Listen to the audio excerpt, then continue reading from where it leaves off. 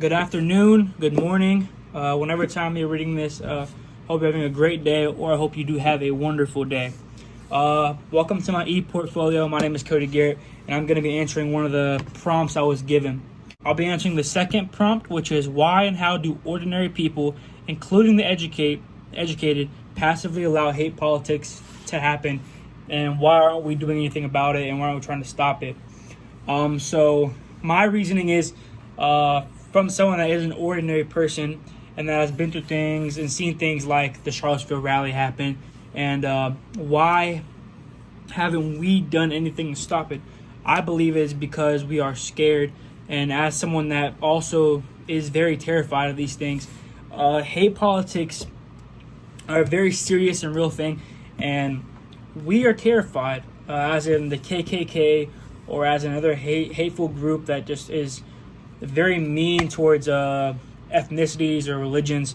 We're terrified. Seeing this Charlottesville rally happen broke my heart, and I remember watching live feeds, and it was very, very sad. And I didn't think it was true until the recent news happened, and it was very scary. And I remember one of the people in the video was a black man, and he was getting beaten in a parking garage by white supremacists or hate groups, and right across the street was a police office, and they were not doing anything. We don't know if that's because they were told they couldn't interfere, or if maybe they were involved in this group. We don't know. Me seeing this video, I believe that they may have or could have been involved in this hate group, and that's why they were kind of sitting there and watching, because the police, I know, would not let a man get beaten to death in a parking garage, just watching. So one of my reasons, I'm going to be using the book by Linda Gordon, The Second Coming of the KKK, one of the books we read in class.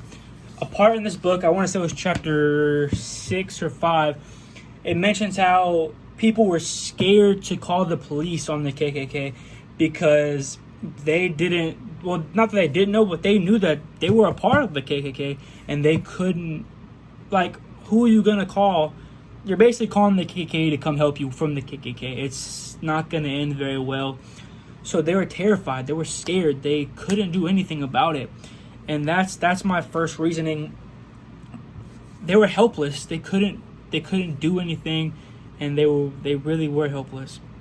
So for my give examples, the primary resource is a news article. So I found a news article in recent news, and it was about a man was a police officer, and he was terminated from his job because someone went to his house and found an application of the KKK. And that's not okay. We can't have police officers or people in the military doing this kind of stuff. That's showing people that they don't care. Like, if one cop's involved in the KKK, there has to be another, and we don't need that in our police force. We need people that are loving, kind, and want to do everything they can do to protect people like me and like other ethnic groups and religions.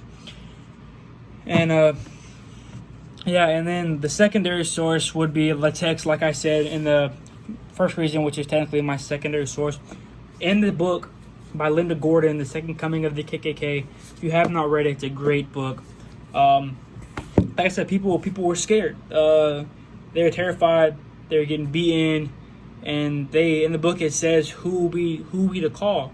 We can't call the police force because they are involved in this, and they will do the same thing to us. It's crazy to think that we have people serving in this country and serving in our police force that are involved in these kind of things. It really, really just is, it blows my mind to think that. And I hope one day it comes to an end. And then it says at the bottom of it, can you propose a micro or macro solution? I don't know if you could necessarily provide a solution for this. I would say that to make sure everyone in our law enforcement is not involved in the KKK, but you can't do that. That goes past everyone's rights. You can't search someone's house without having a reason. So I mean, I think the thing we can kind of, a little smaller solution, is that we can stop being scared, and we need to stand up for our brothers and sisters, no matter their ethnic group, their religion group. And we are all family. We all bleed the same color, and we need to love each one another as we love ourselves.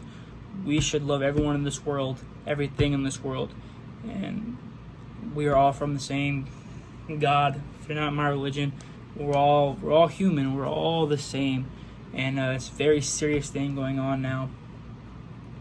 And yeah, thank you.